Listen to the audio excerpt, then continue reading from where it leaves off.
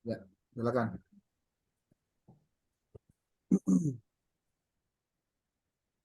Oh, ini nih matahari ya.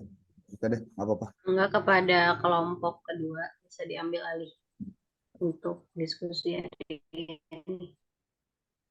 Ini sebentar ya.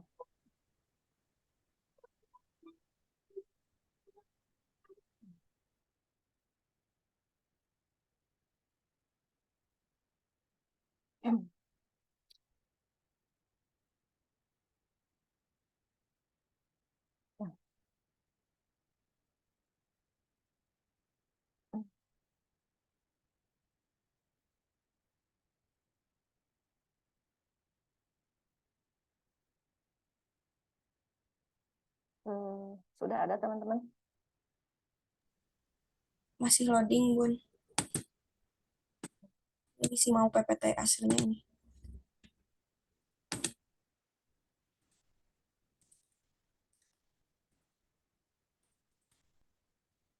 Sudah ada.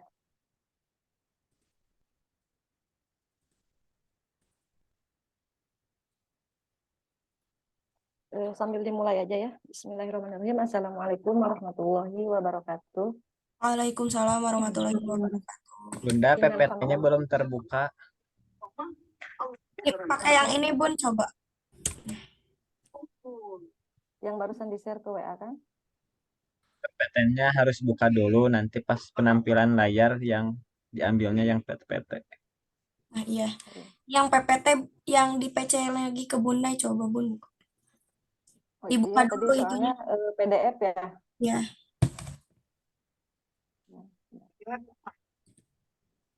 Santri, ini nih handphone.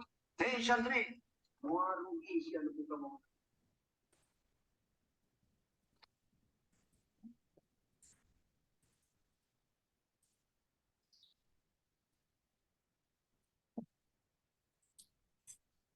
Bentar ya, mohon maaf masih loading. Gak apa-apa, Bun.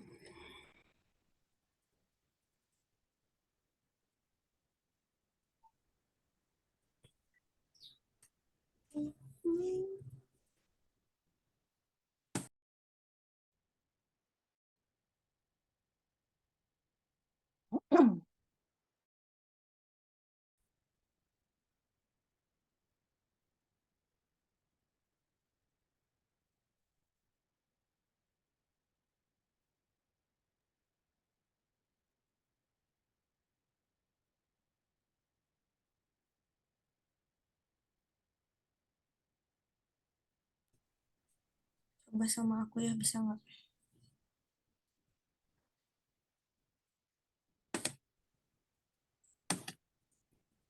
Coba nih. Ada nggak teman-teman kalau yang ini? Ngomong sama Tetriska aja. Ya boleh, nanti sama aku yang Bunda kirim aja. Kelihatan. Nice. Ada teh. Udah.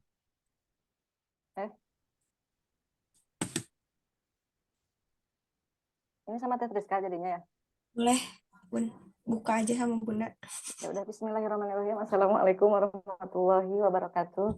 Waalaikumsalam warahmatullahi wabarakatuh. Innalhamdulillah nahmaduhu wa nasta'inuhu wa nastaghfiruh wa na'udzubillahi min syururi anfusina wa min sayyiati a'malina may yahdihillahu fala mudhillalah wa may yudhlilhu fala hadiyalah. Asyhadu an la ilaha illallah wa asyhadu anna Muhammadan abduhu wa rasuluh la nabiyya ba'dah. Pertama-tama marilah kita panjatkan puja dan puji syukur kehadirat Ilahi Robbi yang telah memberikan kita nikmat iman, nikmat ihsan serta nikmat sehat. Tidak lupa salawat dan salam semoga terlimpah curahkan kepada junjungan kita yakni Habibana wa Nabiyana Muhammad Sallallahu Alaihi Wasallam.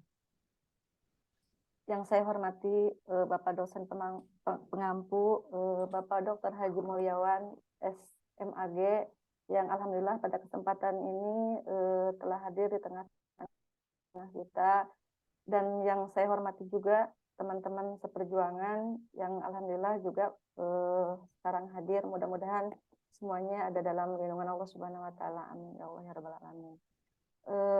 Pada hari ini presentasi mata kuliah pembiayaan saya sendiri Nina Ingrid Prolina dan rekan saya Kris Karyanti yang insya Allah pada hari ini mau presentasi Mudah-mudahan presentasi ini lancar. Untuk itu marilah kita buka presentasi pada hari ini dengan pembacaan Al-Basmalah bersama-sama. Bismillahirrahmanirrahim. Bismillahirrahmanirrahim. Untuk mempersingkat waktu, marilah kita tampilkan presentasi yang pertama yaitu oleh Rizka Rianti. Kepadanya saya persilahkan. Assalamualaikum warahmatullahi wabarakatuh. Terima kasih kepada rekan-rekan semua Waalaikumsalam warahmatullahi wabarakatuh. kepada Ibu Moderator yang telah memberikan saya kesempatan untuk mempresentasikan hasil riset atau mini riset dari mata kuliah pembiayaan. Yang terhormat Bapak Dr. Haji Mulyawan MAG dan rekan-rekan sekalian. Untuk tema kali ini yaitu tentang evaluasi. Kenapa ini nggak muncul?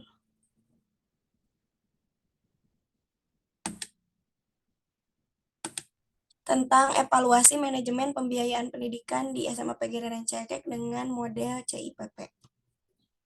Selanjutnya, kenapa nggak bisa di next ya? Ini, Revisi mau sama aku boleh? boleh? Boleh tes ya, Bentar punten? ya. Bentar ya. Sambil jalan aja ya. Evaluasi manajemen pembiayaan pendidikan dengan model CIPP ini, yang pertama itu ada abstrak, pendahuluan, metodologi, hasil dan pembahasan serta kesimpulan.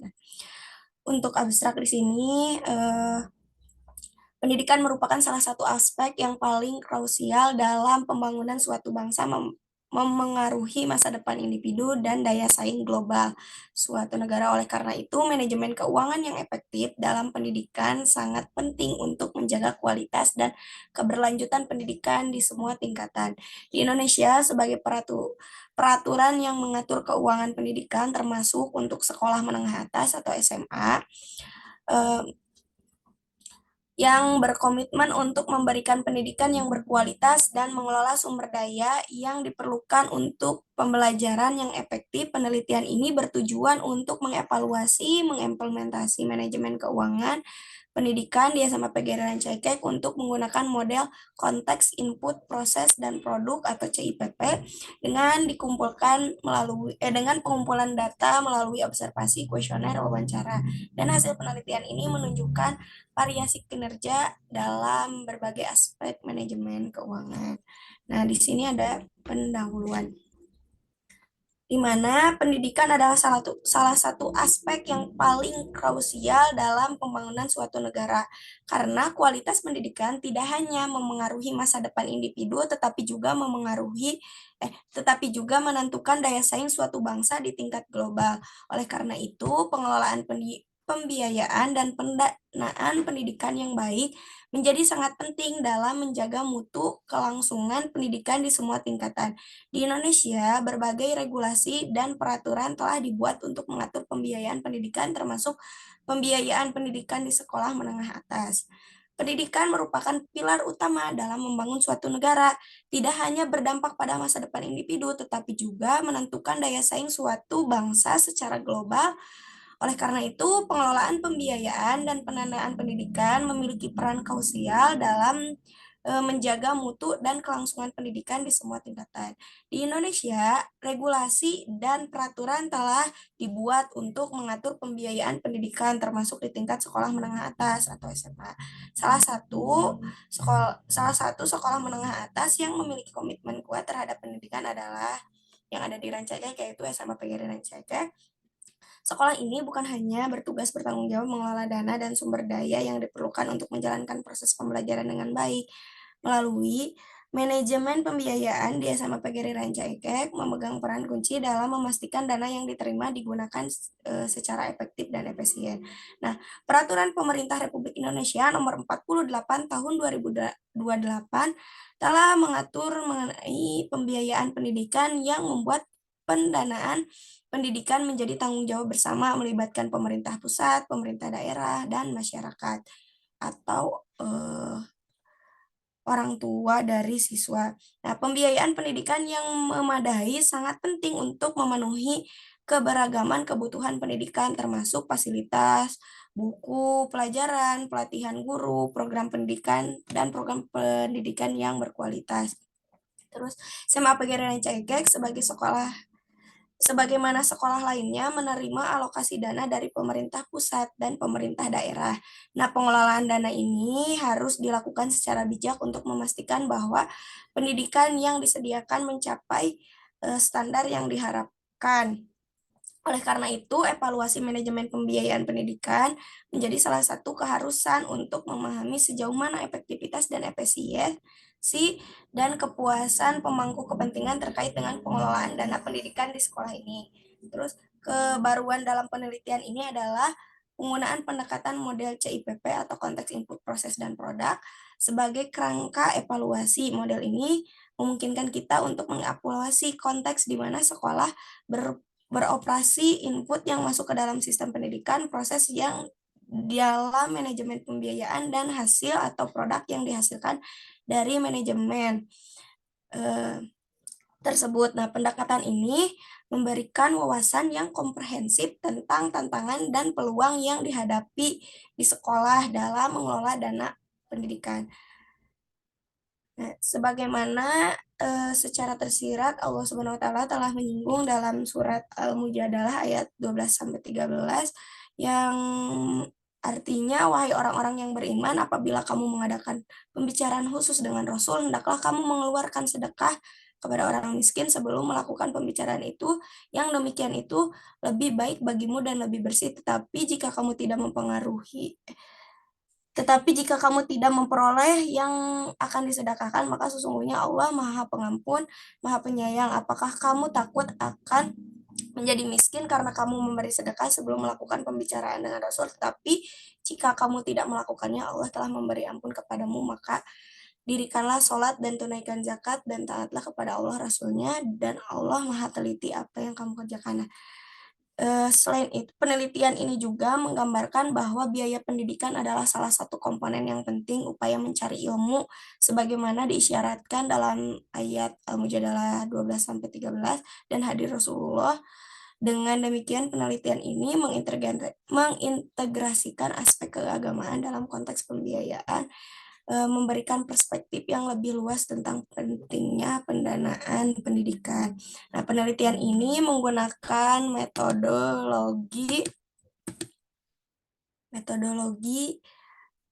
evaluasi sebagai metode evaluasi CIPP sebagai kerangka kerja untuk mengevaluasi manajemen pembiayaan pendidikan di SMA PGRI Rancaikek. Nah, metode ini juga mencakup observasi, kuesioner, wawancara untuk mengumpulkan data dari berbagai pemangku kepentingan.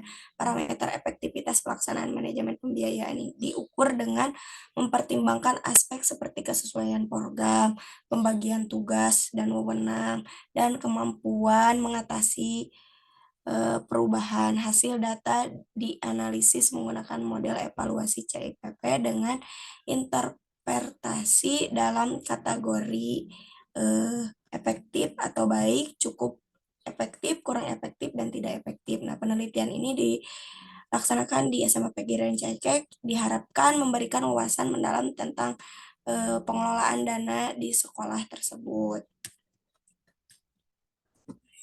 Terus mengenai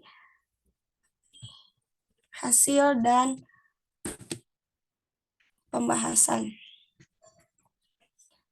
Nah, penelitian yang telah dilaksanakan di SMA PGRI Rancaikek mengenai evaluasi manajemen pembiayaan pendidikan dengan menggunakan pendekatan evaluatif model CIPP menunjukkan hasil sebagaimana tertuang pada tabel yang telah ditampilkan di sini.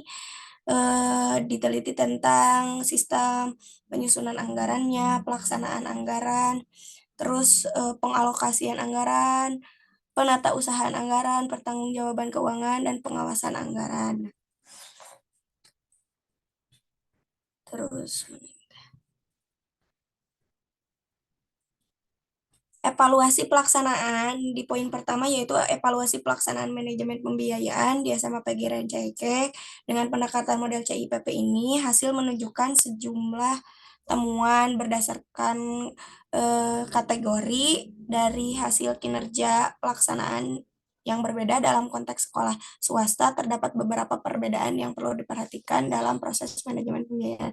Nah, di sini poin pertama itu yang konteks evaluation atau evaluasi terhadap konteks itu poinnya 445. Terus input evaluation-nya 500. Terus proses evaluasi dan produk evaluasi itu ada di poin 545, 591, dan 545 dengan kategorinya cukup efektif. Dan bisa dilihat oleh teman-teman sekalian yang telah ada di PPT tersebut. Nah, penelitian evaluatif ini mengenai manajemen pembiayaan di SMA Pagiran Cekek dengan pendekatan modul CIPP menghasilkan hasil yang menunjukkan keragaman dalam berbagai variabel penilaian saat mengevaluasi pelaksanaan manajemen pembiayaan. Dari perspektif variabel penyusunan anggaran, kita mendapati bahwa skor konteks 445 poin, skor input 500 poin, skor proses itu 591 poin, dan skor produk 445 poin. Nah, skor terendah tercatat pada variabel konteks dengan 445 poin, sementara skor tertinggi terdapat pada variabel proses dengan 591 poin. Ketika menelaah pelaksanaan manajemen pembiayaan pendidikan dari segi variabel pelaksanaan anggaran, ditemukan bahwa skor konteks mencapai 598 poin. Nah, skor inputnya 537 poin, skor prosesnya mencapai 581 poin. Langsung saja ke ini. Pertama, dalam sistem penyusunan anggaran, kategori cukup efektif ini dari poin pertama menunjukkan bahwa hanya administrator dan manajer seperti kepala sekolah, wakil kepala sekolah, dan bendahara yang memiliki pemahaman yang cukup baik tentang sistem penganggaran yang berlaku. Namun, para guru dan staf pendidik mungkin kurang memahami sistem ini di sekolah swasta.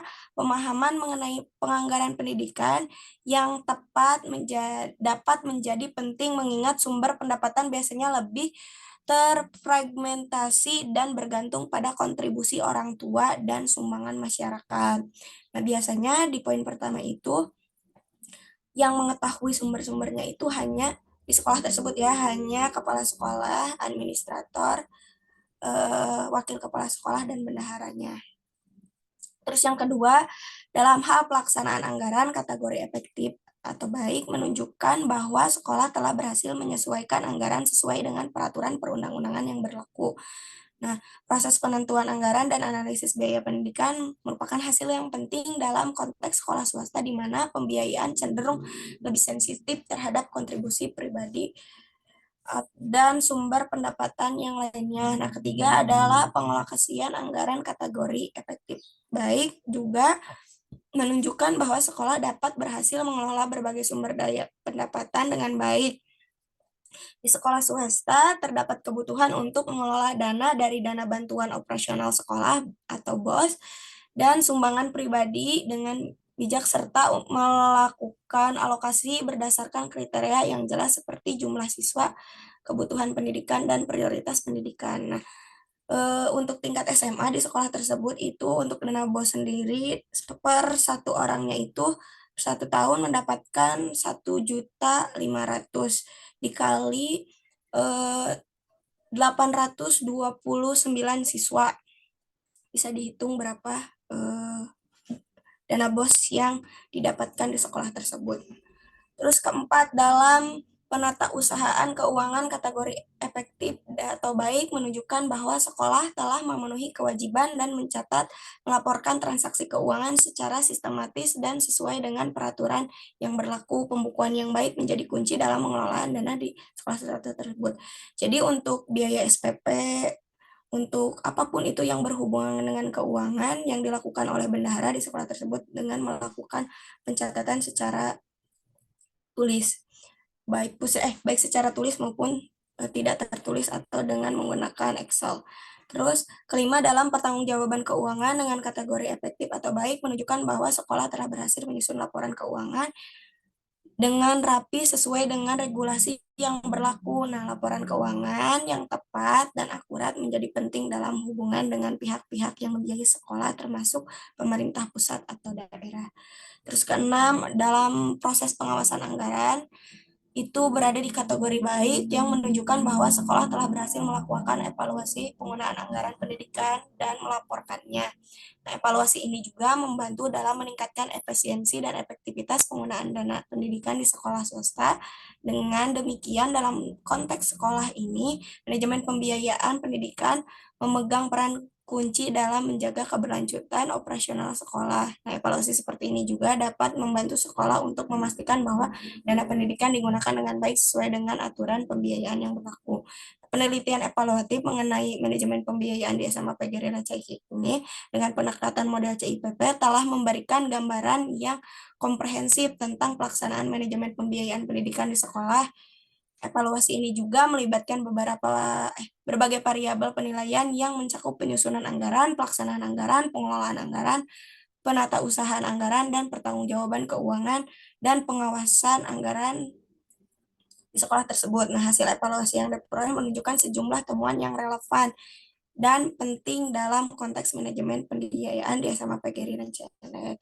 Terus penyusunan anggaran, hasil evaluasi menunjukkan bahwa aspek penyusunan anggaran skor terendah itu pada variabel konteks dengan 445 poin, sementara skor tertinggi yaitu pada variabel proses 591 poin. Ini mengidentifikasikan bahwa proses penyusunan anggaran di SMA PGRI Rancaikek berjalan dengan baik dari segi pelaksanaan, namun terdapat potensi untuk meningkatkan pemahaman dan persiapan dalam hal konteks penyusunan anggarannya. Perbaikan dan pemahaman ini dapat melibatkan banyak guru, staf pendidik untuk memastikan bahwa semua pihak terlibat dalam proses ini agar tidak terjadinya kecurigaan. Nah, pelaksanaan anggaran dalam hal pelaksanaan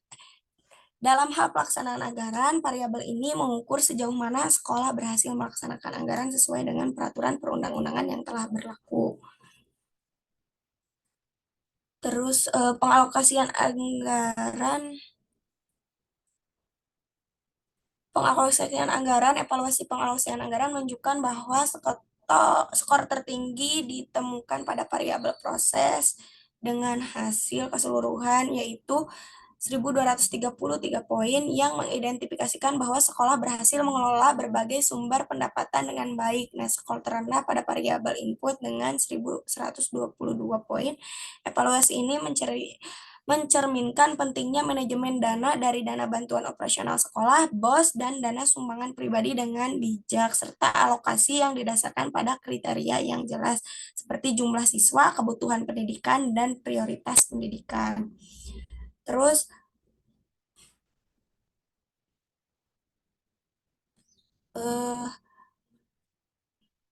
transparansi keuangan, evaluasi juga mencerminkan pentingnya transparansi keuangan dalam manajemen pembiayaan pendidikan. Nah, untuk skor tertinggi juga ditemukan pada variabel produk pada angka 1.331 poin, menunjukkan bahwa sekolah telah berhasil menyusun laporan keuangan dengan rapih. Terus transparansi keuangan adalah faktor penting dalam kebangunan kepercayaan antara sekolah, pemerintah, orang tua siswa, dan masyarakat. Dengan memastikan laporan keuangan yang akurat dan mudah diakses, sekolah dapat memperkuat hubungan dengan semua pemangku kepentingan dan mendapatkan dukungan yang lebih besar.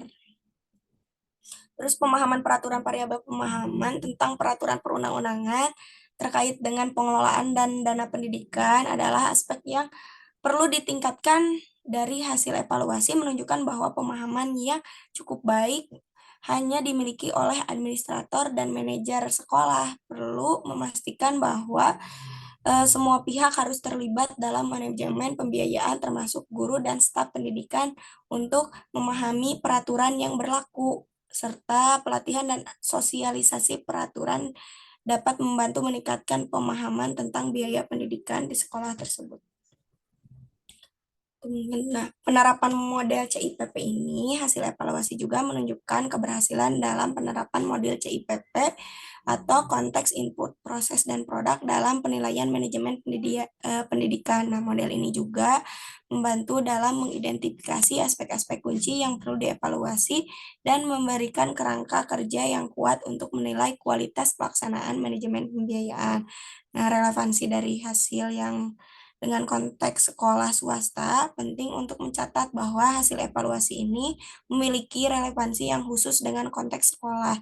Sumber pendapatan yang terfragmentasi dan ketergantungan pada kontribusi pribadi dan sumbangan masyarakat adalah karakteristik utama sekolah swasta. Oleh karena itu, pemahaman dan manajemen yang tepat terhadap manajemen pembiayaan menjadi faktor penting dalam menjaga keberlanjutan operasional sekolah swasta.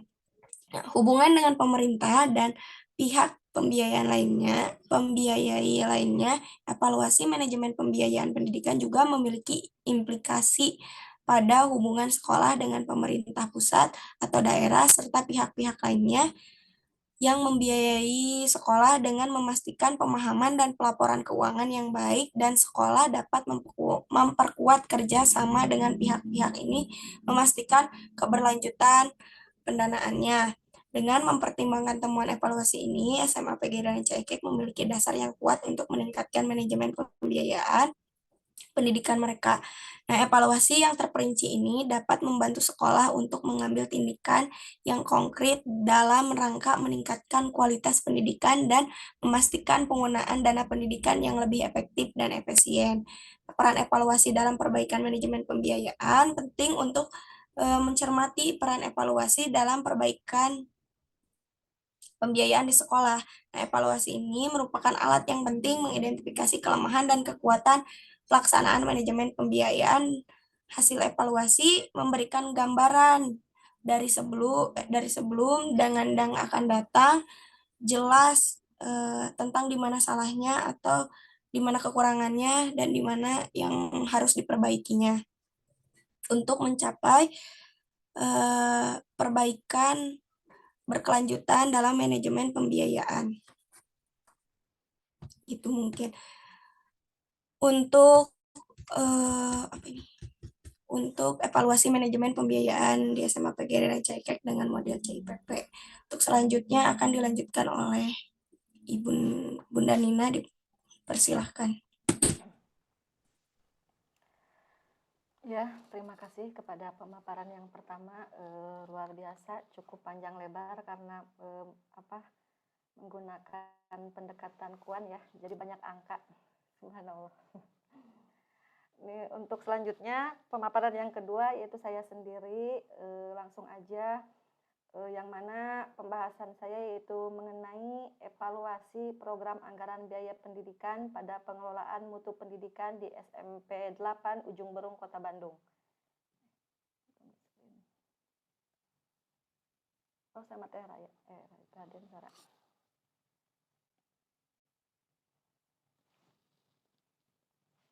Ya, terima kasih Teh. Dalam konteks evaluasi program anggaran pendidikan terhadap mutu pendidikan, beberapa permasalahan yang mungkin diidentifikasi mekanisme penyusunan RAPBS atau yang penyusunan rencana anggaran pendapatan dan belanja sekolah atau yang dikenal dengan RAPBS, pertanggungjawaban pelaksanaan APBS. Penelitian ini bertujuan untuk mengevaluasi implementasi program anggaran pendidikan terhadap mutu pendidikan dengan menggunakan metode kualitatif, yaitu metode penelitian yang fokus pada kondisi alamiah objektif, di mana peneliti berperan sebagai instrumen pertama. Langsung aja ke pendahuluan di sini. Di sini ada permasalahan pengelolaan satuan pendidikan. Dalam hal ini, penerapan manajemen berbasis sekolah memiliki beberapa prinsip dasar yang harus diperhatikan. Prinsip-prinsip ini mencakup penyusunan pedoman penerapan manajemen berdasarkan rencanaan, pengembangan, dan implementasi rencana tersebut. prinsip-prinsip lain. Yang pertama yaitu penyusunan pedoman pengelolaan pendidikan harus didasarkan pada pedoman yang telah ditetapkan. Dalam konteks ini, Standar Nasional Pendidikan sebagaimana diatur dalam Peraturan Pemerintah Republik Indonesia tahun Nomor 19 tahun 2005 memberikan kerangka kerja yang harus diikuti. Pedoman ini mencangkup standar isi, standar kompetensi lulusan, standar pengelolaan pendidikan, standar proses, dan standar penilaian. Selain itu, pengelolaan pendidikan juga harus merujuk pada panduan yang disusun oleh Badan Standar Nasional Pendidikan. Yang kedua, pengelolaan berbasis rencana pengembangan. Manajemen pendidikan harus berdasarkan prinsip rencana pengembangan. Rencana ini mencangkup langkah-langkah terencana, terarah, dan berkelanjutan untuk meningkatkan mutu pendidikan. Nah, yang ini rencana pengembangan di dalam pasal 2 ayat 3 dari peraturan pemerintah tersebut. Dengan demikian pengelolaan pendidikan tidak hanya responsif terhadap kebutuhan saat ini, tetapi juga mempersiapkan perubahan yang mungkin terjadi di masa depan. Implementasi rencana dalam bentuk parase. Setelah merumuskan rencana pengembangan, langkah selanjutnya adalah mengimplementasikannya dalam bentuk parase, merujuk pada penerjemah rencana pengembangan ke dalam tindakan nyata. Hal ini melibatkan pelibatan seluruh stakeholder termasuk guru, siswa, orang tua, dan masyarakat dalam melaksanakan program-program yang telah direncanakan. Implementasi yang baik akan memastikan bahwa setiap aspek dari Standar Nasional Pendidikan diintegrasikan dengan baik dalam kegiatan sehari-hari satuan pendidikan. Kemudian di sini teori menurut Salis 2005 terdapat berbagai indikator mutu yang baik di lembaga pendidikan termasuk nilai-nilai moral atau karakter tinggi, hasil ujian yang sangat baik, dukungan dari orang tua dan masyarakat, sumber daya yang memadai, implementasi teknologi terbaru, kepemimpinan yang kuat, kepedulian terhadap siswa, dan kurikulum yang seimbang serta relevan. Semua indikator ini berperan penting dalam menilai kualitas suatu lembaga pendidikan. Dalam konteks tersebut, penelitian telah memilih, saya sendiri telah memilih SMP 8 Ujung Berung Kota Bandung ini sebagai objek penelitian, yang mana penelitian ini bertujuan untuk mengevaluasi implementasi program anggaran pendidikan terhadap mutu pendidikan. Kemudian metode yang digunakan yaitu penelitian ini menerapkan pendekatan kualitatif deskriptif dengan jenis penelitian studi kasus. Penelitian ini bertujuan untuk memberikan gambaran tentang situasi di lapangan terkait dengan evaluasi anggaran biaya pendidikan pada pengelolaan mutu pendidikan di SMPN 8 Kota Bandung. Data diperoleh dari dua jenis sumber, yaitu sumber primer dan sumber sekunder. Data primer diperoleh melalui wawancara dan informan, sementara data sekunder berupa dokumen, arsip, buku, karya ilmiah, dan jurnal yang relevan dengan tujuan penelitian. Metode pengumpulan data melibatkan wawancara, observasi, dan dokumentasi. Analisis data mengikuti pendekatan deskriptif dengan 4 tahap, yaitu pengumpulan data, reduksi data, penyajian data, dan verifikasi atau penarikan kesimpulan. Sejalan dengan teori Miles-Hurburn, keabsahan data dipastikan melalui triangulasi sumber dan triangulasi teknik. Jadi hasil dari dan pembahasannya itu dalam merangkum temuan dari penyaji data sebelumnya, peneliti secara mendetail dan sistematis menyampaikan hasil-hasil yang ditemukan terkait rumusan masalah berikut. Analisis secara komprehensif terhadap hasil observasi penelitian pada mekanisme penyusunan rencana anggaran pendapatan dan belanja sekolah atau APBS serta pertanggungjawaban pelaksanaannya di SMPN 8 dapat diuraikan sebagai berikut. Yang pertama, mekanisme penyusunan anggaran pendapatan dan belanja sekolah atau APBS diidentifikasikan sebagai kurang diidentifikasikan sebagai kurang efektif berdasarkan hasil observasi penelitian yang dilakukan pada SMP 8 ini. Mekanisme ini dirancang belum maksimal dengan ketentuan yang telah ditetapkan. Setelah melakukan observasi peneliti sebagaimana dijelaskan di atas. Kemudian yang kedua yaitu pertanggungjawaban pelaksanaan pertanggungjawaban pelaksanaan APBS oleh oleh peran bendahara, operator, dan kepala sekolah, identifikasi peran krusial bendahara sekolah, operator sekolah, dan kepala sekolah dalam pertanggungjawaban APBS. Kemudian di sini penting untuk dicatat bahwa deskripsi hasil pembahasan evaluasi program anggaran biaya pendidikan pada pengelolaan mutu pendidikan dapat bervariasi tergantung pada konteks tujuan evaluasi tersebut. Lanjut, Teh Sarah.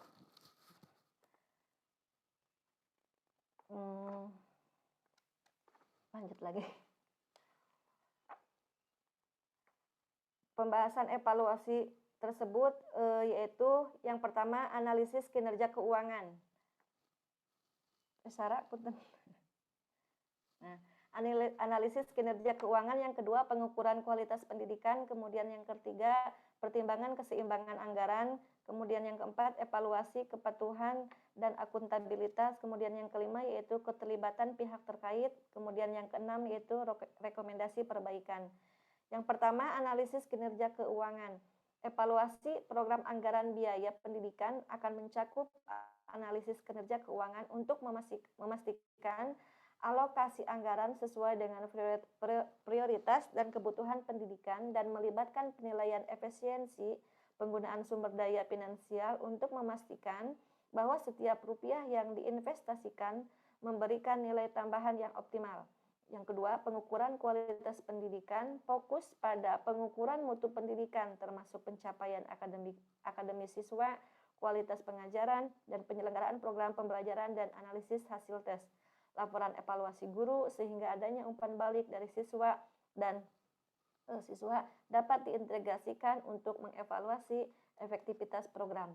Kemudian yang ketiga, pertimbangan keseimbangan anggaran. Evaluasi mungkin mencangkup penilaian sejauh mana anggaran pendidikan mencerminkan keseimbangan yang baik antara berbagai komponen seperti fasilitas fisik, pelatihan staf, dan materi pembelajaran, dan perbandingan antara alokasi anggaran untuk berbagai aspek pendidikan dapat memberikan wawasan tentang sejauh mana sumber daya didistribusikan secara seimbang. Kemudian yang keempat, evaluasi kepatuhan dan akuntabilitas. Pemeriksaan apakah pengelolaan anggaran sesuai dengan kebijakan dan peraturan yang berlaku, dan mengevaluasi akuntabilitas pengelolaan dan pendidikan termasuk pelaporan keuangan dan tindak lanjut atas temuan audit. Kemudian yang kelima, keterlibatan pihak terkait, melibatkan pemangku kepentingan seperti guru, orang tua siswa, dan masyarakat dalam proses evaluasi untuk mendapatkan perspektif yang lebih komprehensif dan menilai sejauh mana program anggaran biaya pendidikan mendukung partisipasi dan keterlibatan pihak terkait. Yang terakhir, rekomendasi perbaikan.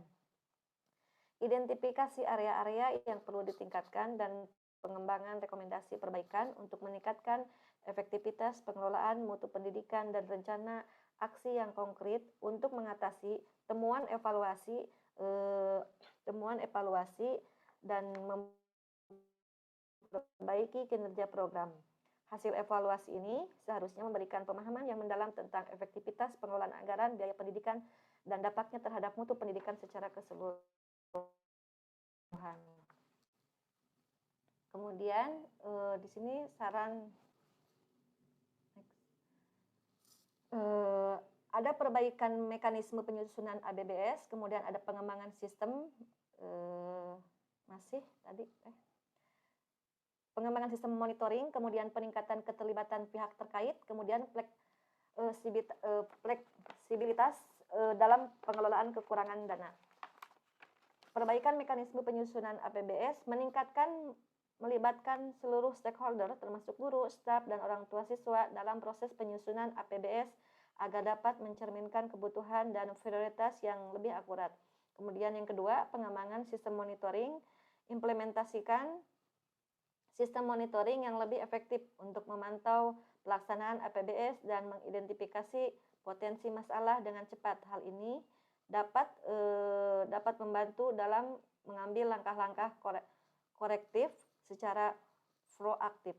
Kemudian yang ketiga, peningkatan keterlibatan pihak terkait. Berikan pelatihan tambahan kepada bendahara sekolah, operator sekolah, dan kepala sekolah untuk memastikan pemahaman yang lebih baik tentang tugas dan tanggung jawab mereka dalam pertanggungjawaban APBS. Kemudian yang keempat, fleksibilitas dalam pengelolaan kekurangan dana. Kembangkan strategi atau cadangkan keuangan sekolah untuk mengatasi situasi di mana dana BOS tidak tersedia atau tidak mencukupi. Ini dapat melibatkan upaya untuk mengumpulkan dana tambahan dari sumber-sumber alternatif. Nah, di sini dapat mengambil kesimpulan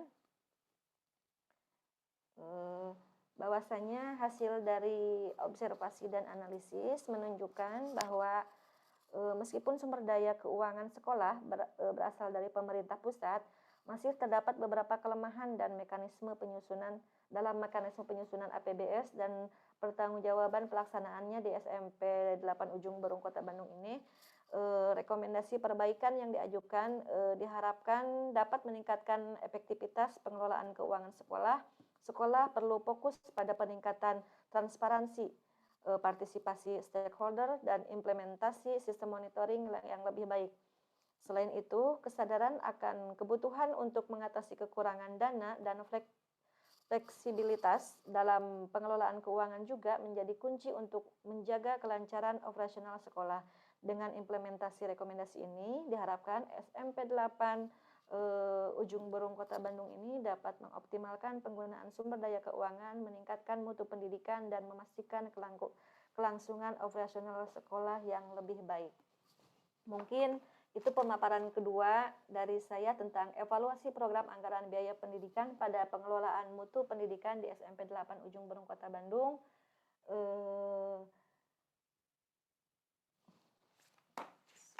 Untuk itu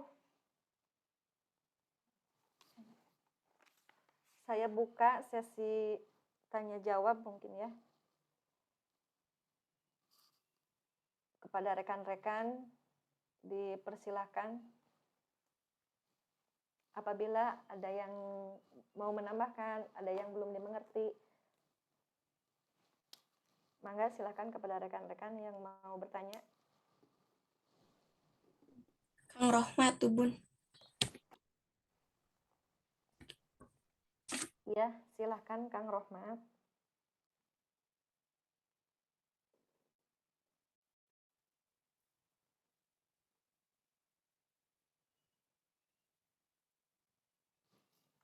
Masih di mute Rohmat itunya.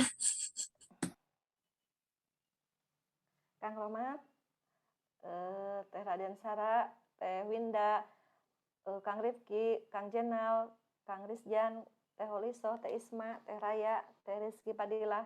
Silakan apabila ada yang mau ditanyakan. Bun, Kang Rohmat udah mangga. Kang Rohmat, Dibuka dulu mute-nya Kang Rohmat, punten itu masih belum dibuka.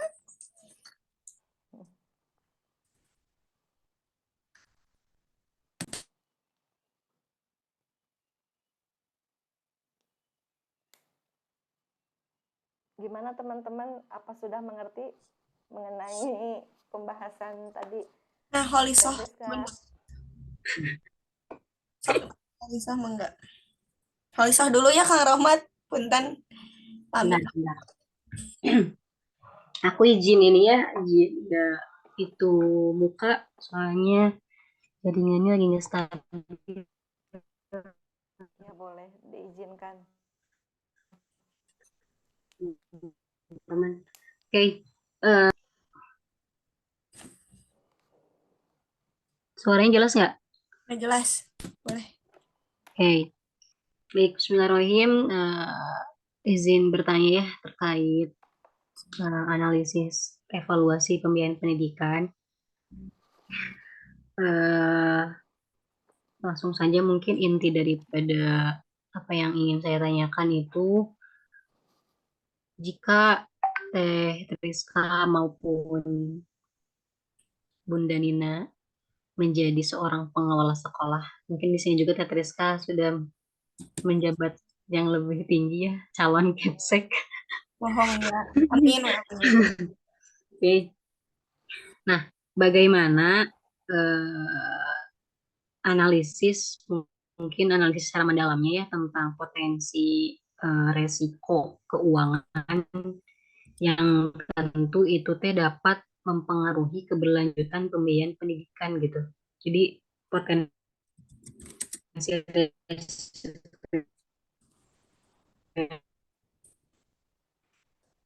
Bu Holiso suaranya kurang jelas. Boleh di kolom chat diketikkan. Oke, baik. Wait. Silahkan Kang Rohmat. Kang Rohmat masa serian wae Bunda tinggal pada narus teh. Terima kasih kepada saudari Holiso yang telah bertanya. Mungkin tadi intinya itu ya, potensi yang terjadi di sekolah itu apa ya?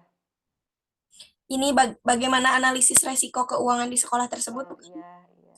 Teh Holiso, Teh Holiso. Ya di chat Aku WA udah aja ya. kirim di grup ya. Aku udah kirim di grup. Coba bisa dicek. Kemudian siapa lagi yang mau bertanya? Silakan. Syara. Kan dari Ahwat, sekarang dari Ikhwan. Ikhwan. Kang Jenal, Kang Rizjan, Kang Rifki. Silakan Kang Rohmat, ini udah Kang siap. Rohmat. Dari dibuka-buka lagi. Nah, coba. Itu di pojok kan ada tuh mic atau enggak di bawah tuh.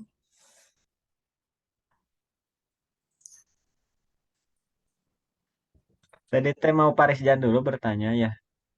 Kang Rohmat dulu aja yang udah dibuka mute-nya. Kebetulan yang saya pahami Mak, jadi apalagi yang dijelaskan oleh Bu Triska mengenai model chip CIPP. ya. Kebetulan saya kurang mengerti ya. Mengenai evaluasi dari penggunaan chip itu sendiri bagaimana Lanjutin, terkait apa? Ya, sok lanjut. Terkait penggunaan sistem evaluasi chip itu bagaimana mengenai teknik-teknik eh, atau apa proses-proses dalam pemakaian sistem itu bagaimana terhadap evaluasi manajemen dan apa mungkin pengaruh ke depannya terhadap eh, ini berkaitan juga ya dengan anggarannya. Ya, ya kan ini manajemen Iya, pembiayaan Kang Rohmat. iya. Gak nyimak Kang Rohmat. Iya, saya juga menyimak ya, tapi kan yang Bu Nina itu lebih ke kualitatif gitu. Ya, Tapi ini yang sama yang aku juga kualitatif, cuman dibantu oleh angka gitu. Jadi ada perhitungan angkanya. Bisa dibaca di jurnalnya, Kang Rohmat. Ya, terima kasih atas pertanyaannya ya Kang Rohmat tentang teknik CIPP terhadap evaluasi ya. ya coba untuk diperjelas Nah, kembali. disuruh ngerangkum siap. Terima Teh kasih. Tris, aku mau nanya. Boleh. Eh, Langsung saja untuk pertanyaannya, yaitu bagaimana evaluasi pembiayaan pendidikan ini dapat digunakan untuk meningkatkan kualitas sistem pendidikan secara keseluruhan. Kedengar nggak teh? Ulang Teh Syar. Bagaimana evaluasi pembiayaan pendidikan dapat digunakan untuk meningkatkan kualitas sistem pendidikan secara keseluruhan? Aku chat aja deh. Iya, boleh.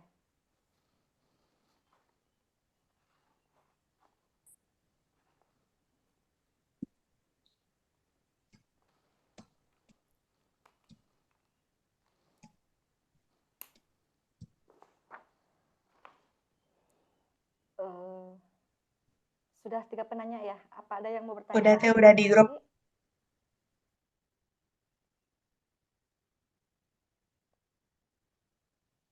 Kang Rifki sudah buka mute. Boleh Silahkan bertanya. mau bertanya apa? Ini lebih ke Teh Priska sih, Bunda. Berbicara mengenai chip, kontak input, proses, dan produk. Ini sebenarnya sirkulasinya sama kayak sirkulasi yang memang biasa kita pelajari di sistem informasi manajemen ya, di SIM. Cuman lebihnya mungkin di SIM itu ada software, ada hardware, ada nilai juga tujuan, pesan juga media atau medium. Kemudian ditambah dengan kontak, ada input, ada proses, output, juga produk. Nah ini Teh Tris, setahu saya juga kalau misalkan untuk adanya pengadaan, pengajuan, dan lain semacamnya di sistem informasi kita sudah dibuka ya, sudah diberjalankan dalam Dapodik. Ya, Dan sekarang yang terbaru ya. terlebih untuk dana anggaran khusus ketika ada pengajuan atau pengadaan. Nah kira-kira ada nggak sih sinkronize antara CIPP ini yang mungkin prosesnya juga melalui Dapodik, entah itu inputnya, kemudian proses juga outputnya seperti apa yang memang di sekolah tersebut diberjalankan CIPP-nya dan disinkronkan dengan Dapodik, atau memang terpisah, atau seperti apa begitu kira-kira, bisa ditangkap Teh Tris? Saya langsung dijawab aja gimana? Boleh? Terima kasih pertanyaannya. Keburu lupa pertanyaannya yang Kang Rifki.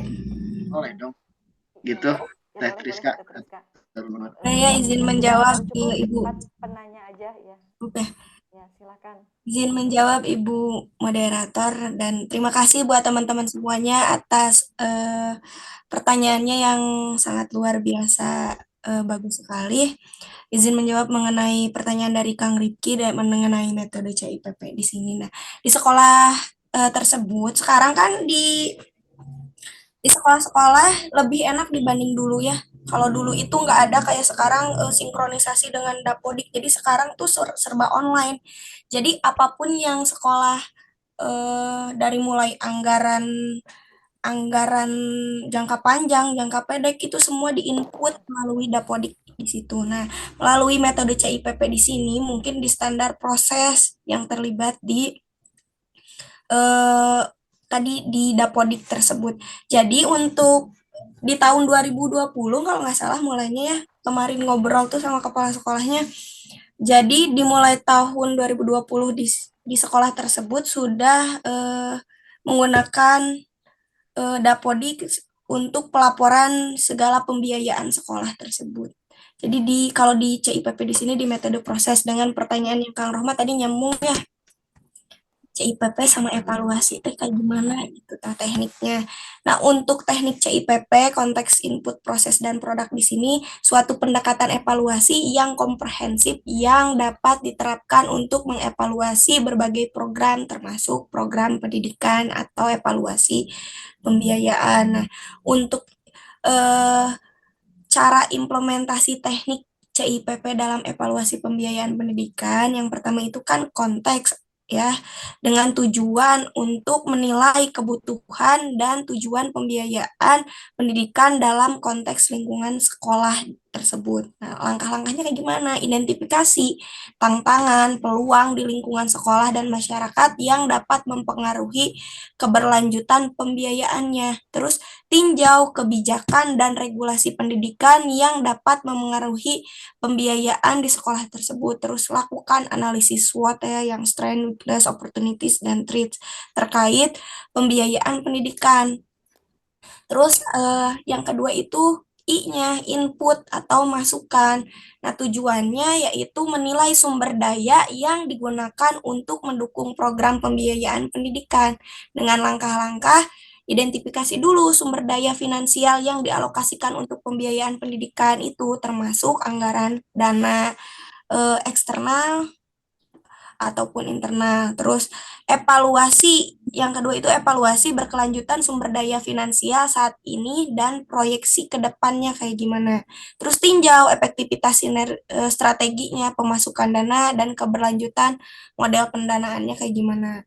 Terus yang P-nya itu proses. di mana penilaian implementasi dan manajemen program pembiayaan pendidikan dengan langkah-langkah evaluasi efektivitas pengelolaan dan distribusi dana pendidikannya, terus tinjau proses pengelolaan keuangan dan mekanisme akuntabilitasnya, serta amati bagaimana kebijakan pembiayaan diimplementasikan dan diperbaharui di tingkat sekolah tersebut.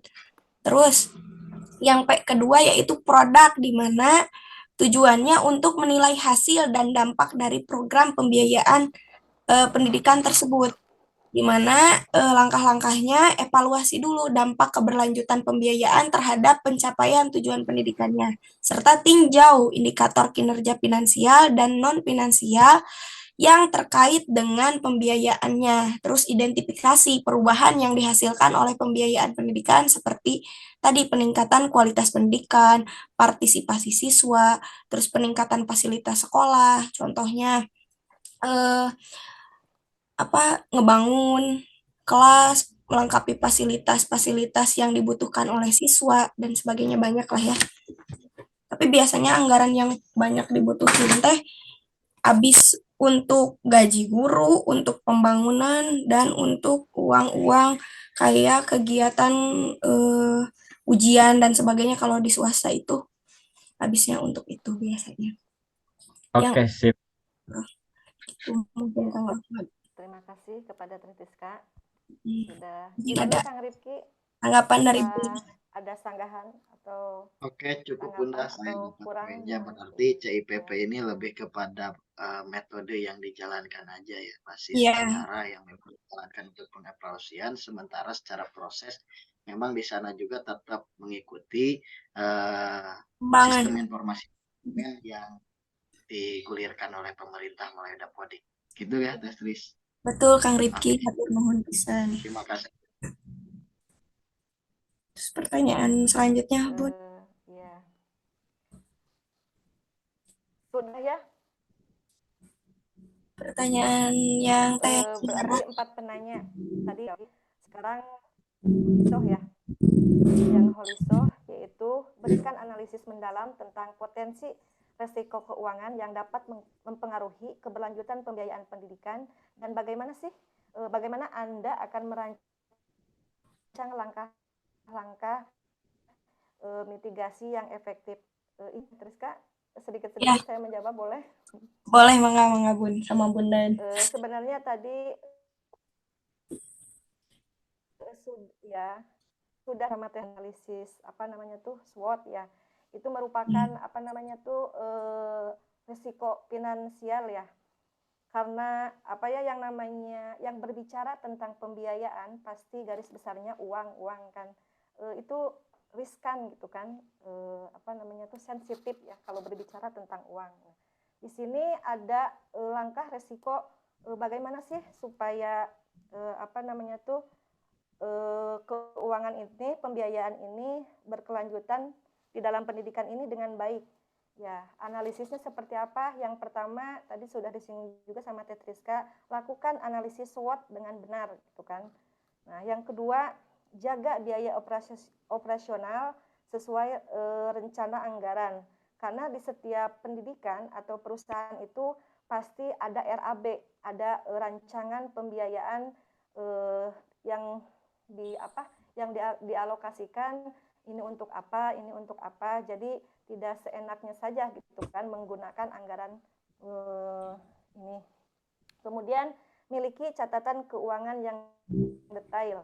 Nah, ini jelas dalam suatu pembiayaan itu supaya tidak ada resiko apa-apa. Jelas dalam dalam pencatatan keuangan itu ya biasanya kan bendahara itu harus detail, meskipun 100 rupiah, meskipun 100 perak kan, itu harus tercatat dengan detail supaya tidak ada resiko apa-apa gitu. Kemudian yang keempat, rangkul perubahan. Nah, maksud rangkul perubahan di sini ketika ada anggaran atau ada pembiayaan, biasanya kan setiap tahun itu di dalam di dalam BOP ada perubahan anggaran. Seperti itu. Kemudian yang kelima yaitu bijak melakukan pinjaman atau memberikan piutang. Dalam artian ketika suatu perusahaan atau lembaga pendidikan minjam nih kekurangan dana gitu kan ke pihak koperasi atau pihak apa, harus jelaskan peruntukan untuk apa, terus nanti bayarnya itu dari alokasi mana gitu, seperti itu. Kemudian yang keenam, buat anggaran dan rekening khusus untuk cadangan kas. Ya, seperti itu resikonya. Ada 6 poin. Kemudian tadi ada langkah-langkah mitigasi yang efektifnya. Di sini ada evaluasi pembiayaan di satuan pendidikan yang penting untuk memastikan bahwa sumber daya keuangan yang diterima oleh lembaga tersebut digunakan secara efektif dan efisien. Nah, di sini ada langkah-langkah dalam evaluasi pembiayaan pendidikan satuan ini. Yang pertama, penetapan tujuan keuangan, yang mana tujuan dan prioritas keuangan satuan pendidikan dapat mencangkup pengembangan fasilitas, peningkatan kualitas pendidikan, pelatihan guru atau program pendidikan khusus. Terus yang kedua, pemantauan pengeluaran. Nah, tadi sama kayak di kayak di resiko, ada pemantauan pengeluaran, lakukan pemantauan terhadap pengeluaran satuan pendidikan. Jadi pastikan bahwa dana dialokasikan sesuai dengan rencana dan kebutuhan yang ditetapkan. Kemudian yang ketiga yaitu analisis anggaran. Ya, yang ini analisis anggaran. Jadi ditinjau dulu kan satuan anggaran pendidikannya secara berkala. Pastikan bahwa anggaran mencangkup semua kebutuhan yang esensial dan memberikan prioritas kepada aspek-aspek yang paling penting. Kemudian yang keempat yaitu pemantauan pendapatan. Kemudian yang kelima, pengelolaan risiko keuangan. Kemudian pengukuran kinerja keuangan, partisipasi komunitas, kemudian pemantauan akuntabilitas, dan evaluasi dampak. Nah, itulah langkah-langkah yang efektif dalam pembiayaan pendidikan di satuan pendidikan. Seperti itu, Teh Triska. Silakan apabila mau menambahkan dari pertanyaan. Pak Rizjan tadi mengacungkan. Silakan Pak Rizjan. Risma sudah bergerak-gerak. Sudah cukup. Gimana? Ya, Teh Risma. Holiso, gimana penanya? Kok nggak ada suaranya?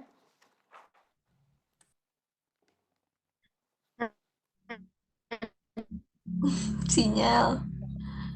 Ya gitu mungkin. Holiso ya.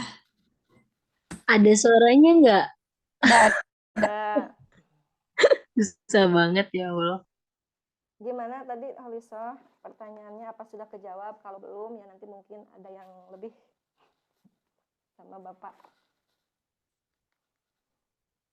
Langsung ke pertanyaan kedua. Ya, pertanyaan selanjutnya yaitu dari Teh Raden Sara. Bagaimana evaluasi pembiayaan pendidikan dapat digunakan untuk meningkatkan kualitas sistem pendidikan secara keseluruhan? Mangga Teh Triska mau Teh Triska dulu menjawab. Nanti evaluasi boleh menambahkan. Boleh. Siap. Evaluasi pembiayaan pendidikan. Bagaimana evaluasi pembiayaan pendidikan dapat digunakan untuk meningkatkan kualitas sistem pendidikan secara keseluruhan gitu ya, terserah.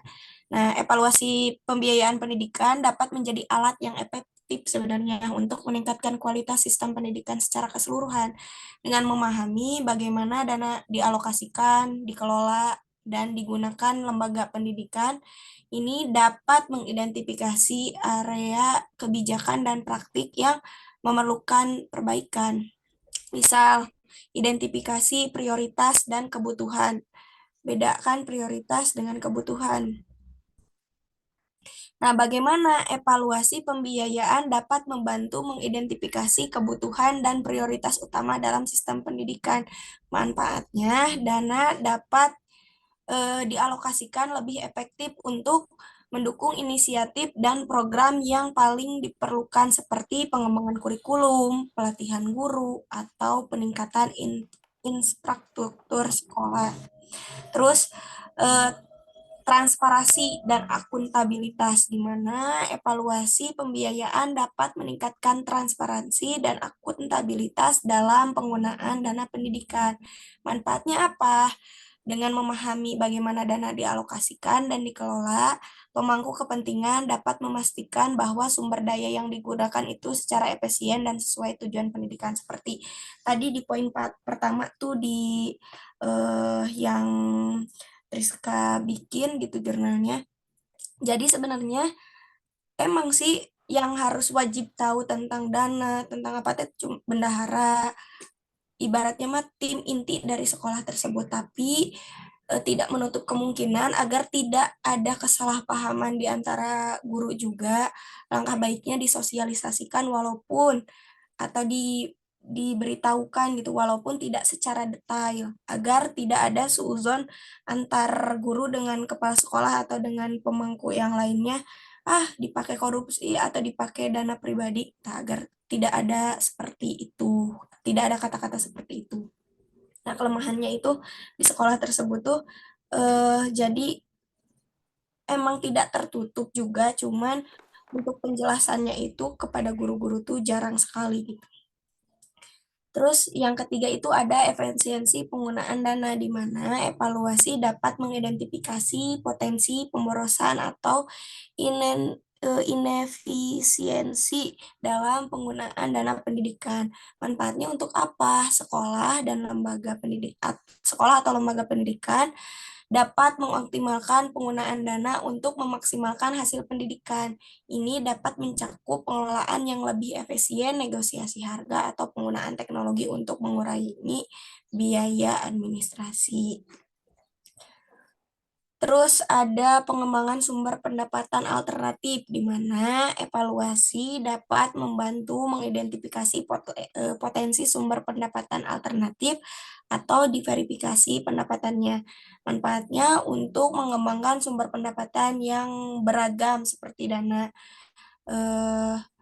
filantropi, kerjasama dengan perusahaan, atau program-program yang berbayar, serta sistem pendidikan dapat mengurangi ketergantungan pada satu sumber dan meningkatkan keberlanjutan. Jadi jangan kita ngandelin dana bos aja gitu. Sebagai pemimpin atau sebagai yang bertanggung jawab atas keuangan di sekolah tersebut itu harus gimana caranya mendapatkan uang tidak hanya di satu lubang atau tidak di satu sisi saja gitu. Karena akan fatal kalau misalnya kita hanya mengandalkan dari satu sumber. Terus peningkatan kualitas pengajaran dan pembelajaran, di mana evaluasi dapat mengevaluasi efektivitas program pelatihan guru dan berkelanjutan dukungan untuk meningkatkan kualitas pengajaran. Manfaatnya, dana dapat dialokasikan untuk memperkuat program pelatihan guru atau menyediakan sumber daya pendukung dan memastikan inisiatif yang berhasil gitu. Itu mungkin Bunda, mangga ditambahkan.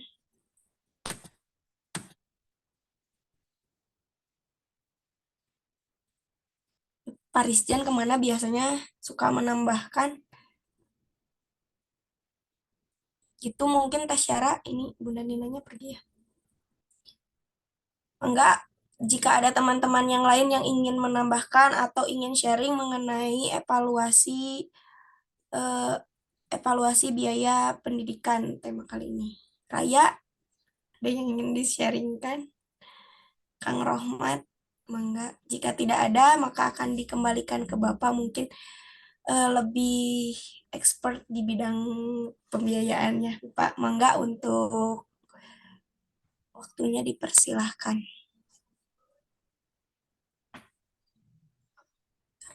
Bunda Nina kemana nih? Oke. Terdengar suaranya? Dengar Bapak. Dengar, Pak. Saya sedang melihat Anda semuanya dalam galeri. Jadi ini yang masih off kamera tolong dinyalakan. Ya. Pertama, terima kasih sudah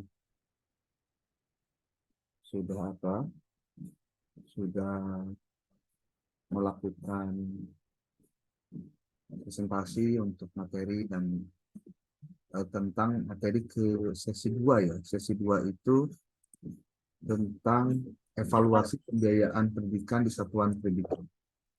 Tadi Bu Triska dengan siapa? Nina Ingrid, Bapak. Iya, Kayaknya sinyal. Oh, ini udah masuk. ini sudah masuk lagi apa keluar barusan itu? Ini Pak, udah masuk lagi. Keluar ya. Nah, eh, apa yang tadi disampaikan itu saya apresiasi ketika Anda coba menjelaskan evaluasi dengan menggunakan metode CIPP. Sebetulnya metode itu bisa banyak ya yang apa yang bisa digunakan untuk memantau ataupun juga menghitung ataupun juga mengukur tentang apa sebuah proses dari aktivitas pembiayaan. Cuma ini tolong yang Ibu Triska dikirim Word-nya nih. Ini yang ada di sini hanya PDF-nya. Oh, baik Bapak, nanti dikirim. Ini yang Word ya. Saya mau sedikit memberikan masukan sekaligus juga komentar, walaupun ini sebetulnya nanti oleh para editor di jurnal epistemik juga pasti akan dikomentari. Cuma saya mau nanya dulu nih, ini hanya nanya aja. Bu Triska sudah kirim materi ini ke jurnal epistemik? Sudah Bapak. Materinya tentang ini ya, yang CIPP ini, bukan? Ya, karena tentang evaluasi. Masih ya. Kalau yang Bu siapa nih? Loh, Bu Nina gimana? Sudah dikirim juga ke jurnal epistemik? Belum Belum. rencananya malam ini, Pak. Nah, Belum. Maksudnya nanti juga saya akan deteksi semuanya sebelum UAS itu saya coba deteksi semua karena ini mungkin teman-teman boleh lihat nanti ininya nih apa. Ini sebagai gambaran ini saya baru menyusun untuk kelompok kelas yang lain ya. Nanti tinggal dimasukkan aja nama kelas Anda sebetulnya. Saya akan coba deteksi satu persatu untuk ini nih. Dari mulai kehadiran, nanti mohon dibantu ya. Siapa? Bu Holiso yang jadi PJ-nya. Artikelnya ada atau tidak, PPT-nya ada atau tidak, dan notulensi. Nah ini yang suka lupa nih notulensi. Notulensi itu begini, dituliskan proses kegiatan diskusinya dari mulai tanggal, jam, kemudian dilaksanakan online ataupun tidak, offline atau online, lalu yang hadir berapa orang, siapa saja, yang tidak hadir siapa, berapa orang, lalu presentasi Anda itu memaparkan apa, garis besarnya saja, lalu pertanyaannya apa, jawaban singkatnya apa. Nah itu tuh dibiasakan untuk dibuatkan notulensi. Ya, setiap kali melakukan diskusi. Kemudian nanti artikel dan PPT-nya dan notulensinya itu dibuat link. Kan Anda pasti sudah ini ya, sudah di sini nih. Saya sudah desain pembiayaan reg B ya ini ya? Ya Bapak, betul. Oke, nah ini di reg B ini Anda masukkan semua berdasarkan sesi. Ini coba tolong dibantu. Jadi nanti ada artikel ilmiah sebelum ini sebelum UTS, berarti nanti kelihatan ada berapa orang yang mengumpulkan di sini, apa saja yang dikumpulkan. Nah ini kalau bisa dibuatkan folder-foldernya berdasarkan kelompok. Jadi kelompok 1 nanti siapa nih pematerinya, berarti bikin folder. Nah folder contoh Bu Triska ya, foldernya. Nah nanti folder itu isinya adalah ini nih, artikel, PPT, dan notulensi. Lalu nanti dilingkan, simpan linknya di sini gitu. Jadi nanti kalau pada saat saya mau mendeteksi kehadiran, tinggal saya klik aja linknya, ada nggak tugasnya, nah gitu ya. Nah, kalau presenter nanti hadir atau tidak. Kalau hadir berarti berikan tanda centang begini loh. Jadi centang-centang begini, nah nanti akan diisi oleh nilainya. Dan yang paling penting nanti link ini ketika sudah dicek dan ada, berarti sudah mengumpulkan gitu. Oke, nanti ini ada UTS, karena UTS-nya juga mengirimkan artikel, nanti tinggal dicek juga nanti linknya, nanti link pengirimannya, buktinya sebetulnya. Lalu sesi 2, artikel PPT notulensi juga. Nanti ini dikumpulkan. Jadi nanti pada saat menyusun di sini, nanti dibuatkan folder lagi di sini nih, Bu Holisoh ya, artikel ilmiah setelah UTS, berarti sesi 2 lah gitu. Nah, itu kan jadi semuanya terkumpulkan di sini termasuk artikel-artikel yang dikirimkan oleh teman-teman ke jurnal gitu. Ini untuk diarsipkan jangan sampai ada yang hilang gitu ya. Supaya nanti pada terdeteksi jangan sampai keliru. Lalu sesi 2 partisipasi. Nah, kalau partisipasi itu nanti terlihat dari aktivitas bertanya ataupun juga aktivitas menjawab ataupun juga menjelaskan tambahan dan seterusnya. Lalu di sini ada tugas mandiri, ada mini research juga, ada link, ada LOA-nya. Ini kalau untuk ini kan saya minta untuk dipublish di luar. Tapi nanti kita diskusikanlah pada saat kita tatap muka nanti ya. Mana yang harus kita pastikan untuk bisa dipublish ke luar. Kemudian nanti ada UAS, nanti bentuk UASnya saya akan beritahukan nanti paling 2 atau 3 minggu sebelum pelaksanaan UAS. Nah, jadi mohon nanti dibantu Bu Holisoh sebagai PJ-nya agar posisi ini nih linknya itu berdasarkan nama mahasiswa semuanya di situ. Ya. Atau kalau mau tidak repot lebih mudah lagi sebetulnya. Bagaimana? Jadi dihitungnya per nama mahasiswa saja. Nanti ketahuan kelompoknya mana dan lain-lain, nanti dari namanya itu artikel sesi 1, artikel sesi 2 ya kan, per nama saja deh, bukan berdasarkan kelompok atau setelah UTS. Tapi sekali lagi bagi saya sih terserah mana yang menurut Anda lebih enak dilakukan. Kemudian yang seterusnya ini terkait dengan artikel. Ini Bu Triska sudah kirim artikel yang sudah di Word-kan belum? Sekarang Bapak ini. Oh, dikirim dulu. Saya komentari dulu yang punyanya Bu Nina ya. Bu Nina nih. Bu Nina, nah ini tolong nanti nama ininya ditambahkan dengan nama dosen juga ya, jangan lupa. Kemudian untuk abstrak ini sudah relatif baik ya. Di sini ada mengevaluasi implementasi program anggaran. Ingat ya, kalau menggunakan CIPP berarti Anda boleh tuliskan langsung di judul sebetulnya. Karena itu akan menjadi pembeda, Bu. Jadi evaluasi program anggaran biaya pendidikan melalui dengan pendekatan CIPP dalam peningkatan mutu pendidikan, contohnya gitu. Jadi sebetulnya penggunaan metode, dan ini juga buat teman-teman yang lain nanti pada saat membuat artikel di sesi 2 yang ini Anda mau menggunakan teknik apa? Sebetulnya itu pilihan Anda sendiri. Contoh nih, untuk kelompok 3 nih minggu depan, pengawasan pembiayaan pendidikan di satuan pendidikan. Coba cek deh, kira-kira pakai metode apa sih yang tepat gitu. Lalu diterapkan di sekolah itu. Kalau misalkan tidak diterapkan, contohnya nih, kan kalau misal bicara tentang aktivitas melakukan research, itu bisa 2 hal ya. Bisa kita melihat apa yang telah terjadi lalu dievaluasi, atau menggunakan satu metode dieksperimenkan di tempat itu. Itu mau nggak mau terserah. Nah, sekarang saya mau nanya dulu ke Bu Nina.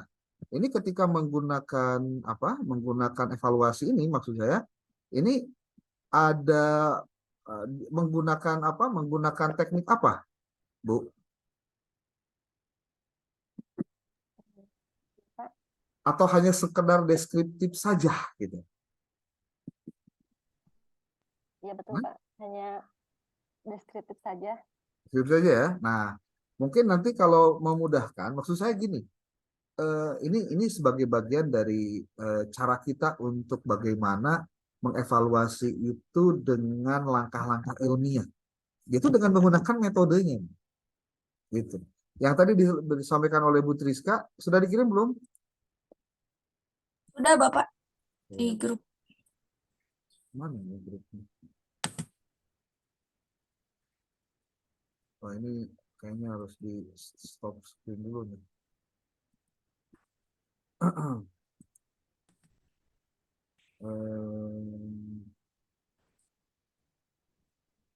Mana?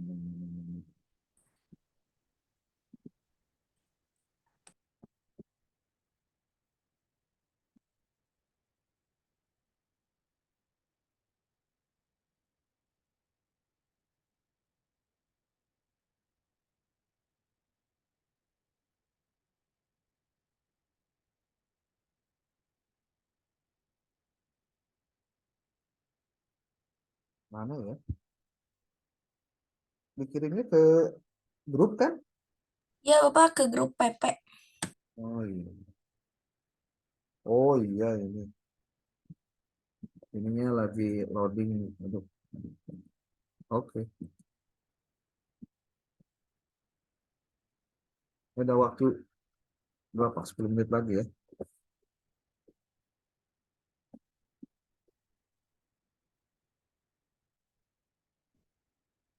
Saya mau komentari dulu yang ini aja dulu ya Bu, ini sambil saya ngecek yang punya nanti yang Bu Rizka ya.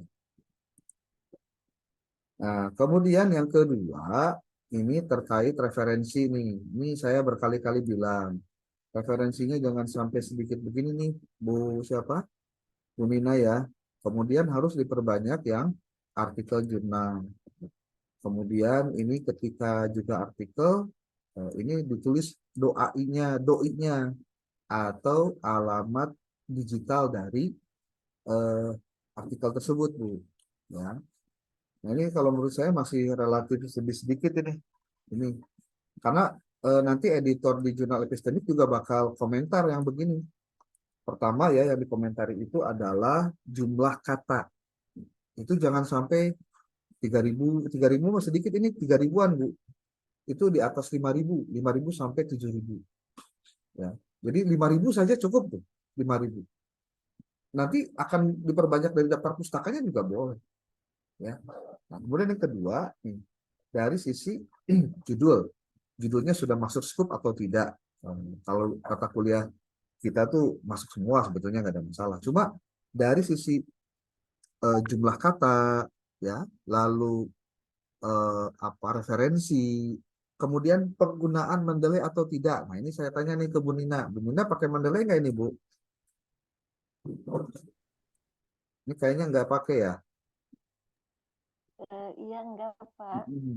Jadi Bu Nina kalau tidak pakai Mendeley, Anda capek kerja 2 kali Bu. Tapi kalau Mendeley itu 1 kali kerja. Kemudian juga ini akan lebih mengoptimalkan hasil pekerjaan kita. Nah, saya belum cek nanti ini similarity-nya benar seperti apa gitu ya benernya. Saya koreksi lagi nih, kecil tapi fatal gitu. Apa coba Bu? Tahu nggak? Sebelum saya masuk ke substansi ya, ini redaksinya dulu. Ini kata-kata SMPN 8. Ibu nulis lengkap itu hanya di judul. Ke bawah mah SMPN 8 aja. Se-Indonesia itu SMPN 8 banyak banget. Ya, ini hati-hati Iya nih. ujung barungnya mohon maaf. Nah, jadi dilengkapi Bu. Pada nggak usah ini kalimat-kalimat yang berlebihan nih seperti pada sekolah SMPN 8 nggak usah pakai sekolah lah, pada SMPN 8 Ujung Berung Kota Bandung. Itu ingat ya, ini Anda semua nih, ketika bicara lokasi penelitian nulisnya harus sama, nggak boleh beda. Jangan begini, yang satu nulis SMPN 8 Ujung Berung Kota Bandung. Satu lagi SMP Negeri 8 Ujung Berung Kota Bandung. Satu lagi SMPN 8 Kota Bandung, nggak ada ujung berungnya. Jadi kalau mau, kalau misalkan SMPN 8 itu memang di dalam aturan penulisannya tidak ada kata ujung berungnya, Ibu jangan pakai ujung berung, Bu. Udah aja SMPN 8 Kota Bandung. Dan Ibu Bapak semuanya juga nih, itu kalau nulis di artikel itu harus konsisten tuh, betul-betul konsisten. Ya. Ini masalahnya ibu konsisten semuanya di body itu, di body apa? Di body naskah itu SMPN 8.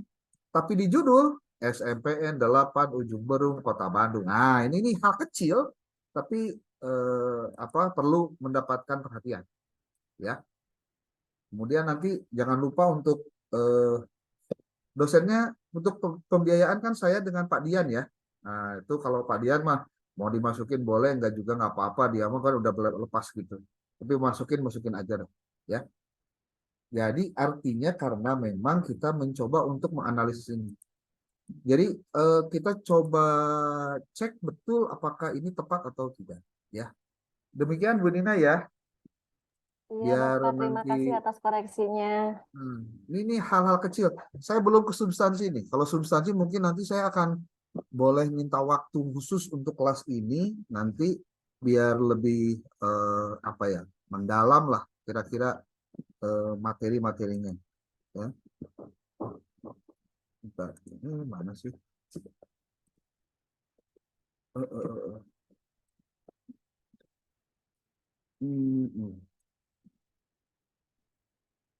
Rizka nih.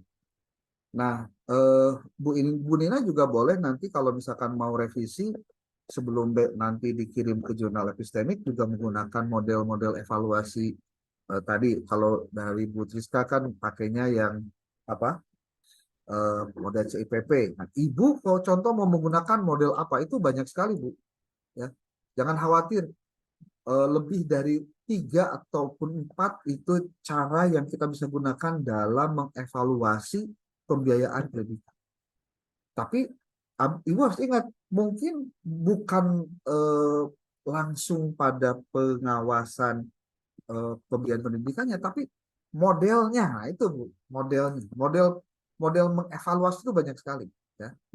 Termasuk Anda boleh mengecek ada yang disebut dengan balance scorecard. Itu sama, salah satunya adalah menjelaskan tentang keuangan juga. Oke, evaluasi manajemen pembiayaan pendidikan di SMA PGI Ranca Ekek dengan model CIPP. Ini Ranca Ekek itu di mana? Di Jayapura apa di Jawa Barat apa di mana nih? Di Kabupaten Bandung, Bapak. Nah, ditulislah Kabupaten Bandung. Kan Ranca Ekek mana nama kecamatannya? Ya. Nah, cobalah dilengkapi ya, itu satu. Ini juga sama. Yang kedua, ini baik sekali sudah menampilkan apa model yang dipakai. Tapi ini belum pakai Mendeley ya? Pakai Mendeley Manager atau belum ini?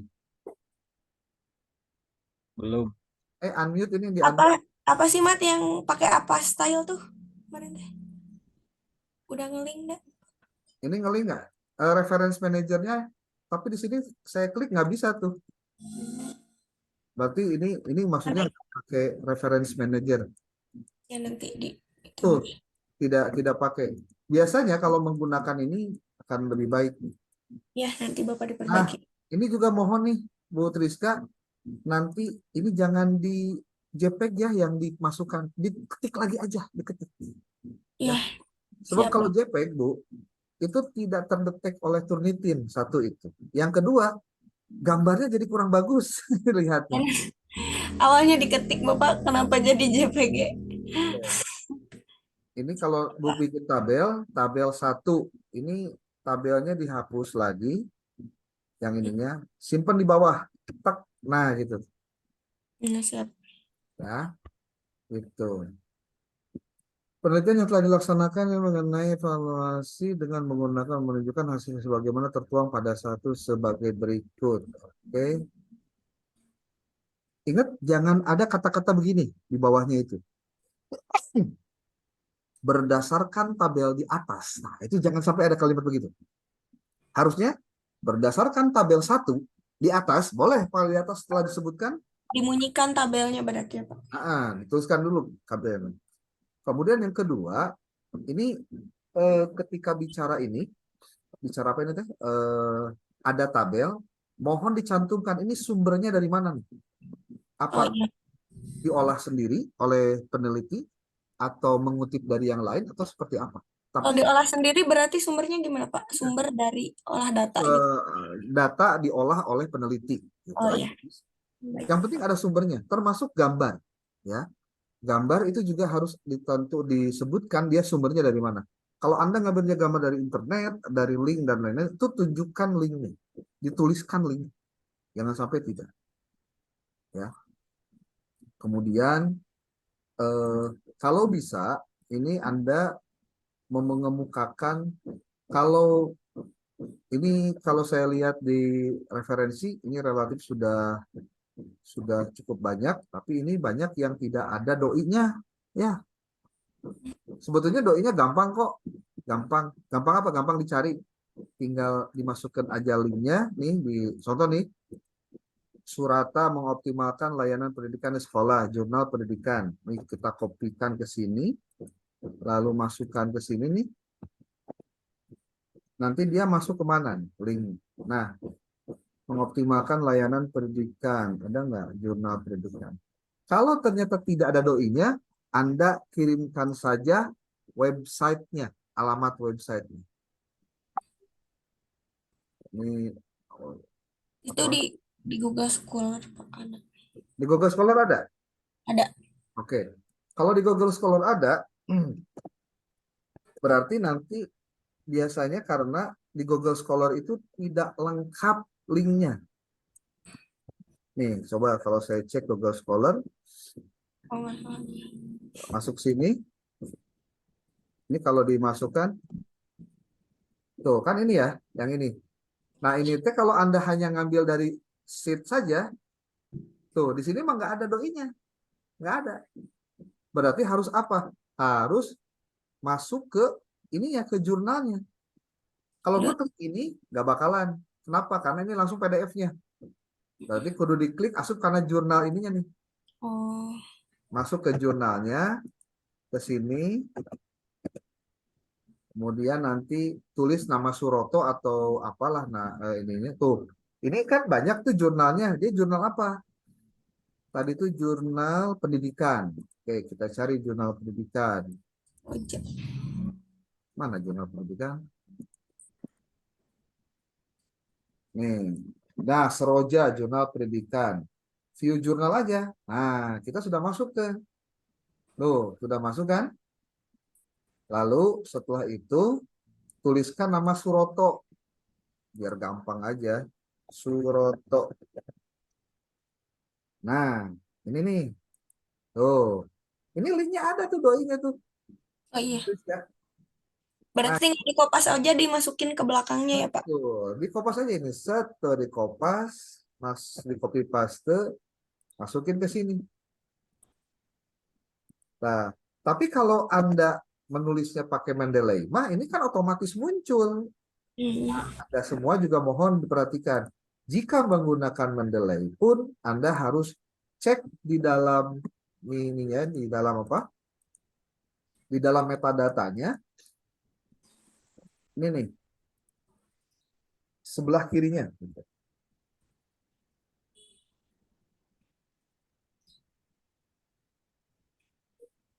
Ini kalau misalkan Anda buka Mendeley, itu kan ada 3 kolom ya. Kolom kiri, kolom tengah, kolom sebelah kanan. Nah, yang di sebelah kanan itu nanti kalau misalkan yang dari Indonesia biasanya karena belum ada doinya, itu doinya harus ditulis manual. Kalau pas masukin PDF-nya ke dalam Mendeley gitu. Nih. Nah, ini kalau Mendeley desktop kan begini nih. Tuh. Kalau misalkan kalau ini tidak ada doinya nih, berarti ditulis manual. Tuh, kalau misalkan ada doinya. Manajemen. Nih. Begitu ya. Oke, siap, Pak. Sedikit aja deh pertemuan ada masukan, perbaikan. Tapi jangan lupa dicatat itu hal-hal penting. Oke. Begitu. Bu Siap, Holika, terima nanti kasih. saya kirim contoh nanti untuk rekap penilaian dan link dan lain-lainnya biar masih panjang jadi teman-teman bisa ngumpulin dari sekarang gitu. Iya, Pak Mangga. Terusan Bapak. Mungkin saya akan coba nanti gabung dengan kelompok tentang pengawasan, karena sebetulnya pengawasan itu adalah dilakukan setelah dilaksanakan evaluasi. Jadi evaluasi dan pengawasan itu dua hal yang ada Saling persamaan, berkaitan. tetapi memang ada perbedaannya. Kalau pengawasan di proses, evaluasi di ujung, gitu. Ya. Nanti akan saya sampaikan di materi ini tentang mengomentari temuan Bu Triska dengan Bu Nina setelah di minggu depan. Ya. Mohon Bu Nina segera diuploadkan di jurnal Webstand. Ya. Iya, terima kasih Pak. Ya, Terima kasih semua. Ini Oke. ditutup. tadi 1-0. Mohon dibantu Bu Holiso untuk absensinya. Yang hadir dan tidak hadir, online dan tidak online. Ya. Oke. Terima kasih banyak Bapak. Oke. Terima kasih banyak Bapak. Sehat selalu. Assalamualaikum warahmatullahi wabarakatuh.